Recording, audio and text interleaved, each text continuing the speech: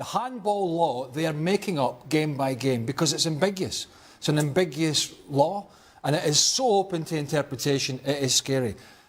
Handball, the rule every parent and spectator on the sideline thinks they know. And yet, the rule that causes the most debate amongst fans and pundits. Absolutely shocked. I don't think it's handball. A rule so arbitrary that not even VAR could help referees make handball decisions consistently. A rule so dubious that EA Sports chooses to ignore it altogether on its default settings in FIFA. Today, I attempt the impossible, to settle the handball debate once and for all. First, we'll go through the obvious. The laws of the game say handball is the deliberate act of a player making contact with the ball with the hand or arm. The goalkeeper is exempt from this rule inside their penalty area, but has the same restrictions as any other player outside their box. A ball off the shoulder is not handball. Sounds pretty straightforward, but the word deliberate is where things get tricky. How can you read into someone's mindset the fact that that person has deliberately attempted to handle the ball? Exactly. The laws of the game say the following must be considered: the movement of the hand towards the ball, the distance or proximity between the opponent and the ball, and the initial position of the arm. You may have heard the phrase natural position used a lot when talking about handball.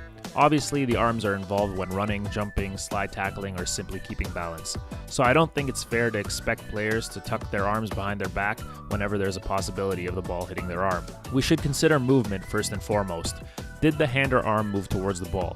Is it reasonable for a movement already in motion to be stopped to prevent the ball hitting the hand? For example, a player who is mid-jump. If the arm moves towards the ball and the movement could have been prevented, then it is likely a handball offense. Secondly, you have to consider proximity. The acceptable distance between the ball and the player is obviously dependent on the speed of the ball. The ball can move faster than any player, and the referee has to judge if there was a reasonable amount of time for the player to move his arm away from the ball.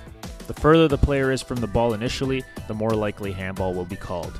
After considering movement and proximity, we should take a look at the initial position.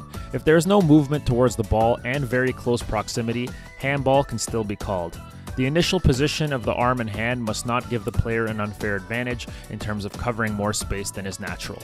Handball can be especially difficult to call when there's a bad touch or deflection involved. For these situations, consider how much influence the player had in the preceding play. For example, if a player slide tackles to block an opponent's shot and the ball hits their arm unexpectedly, handball should not be called. However, if they have a bad touch to control the ball and the ball bounces up to hit their arm, perhaps a handball should be called. Truthfully, there needs to be more detail in the way this rule is written within the laws of the game. Judging intent is one of the most difficult things for referees, and there needs to be a more objective way of calling handball. In the meantime, use the guidelines of movement, proximity, initial position, and the preceding play, and accept that there will be a level of subjectivity to this rule. Don't harass the referees, and try not to lose your head over it at your local pickup game or youth soccer tournament. I saw in the TV, it was the handball. It was her decision. Was goal. Doesn't matter.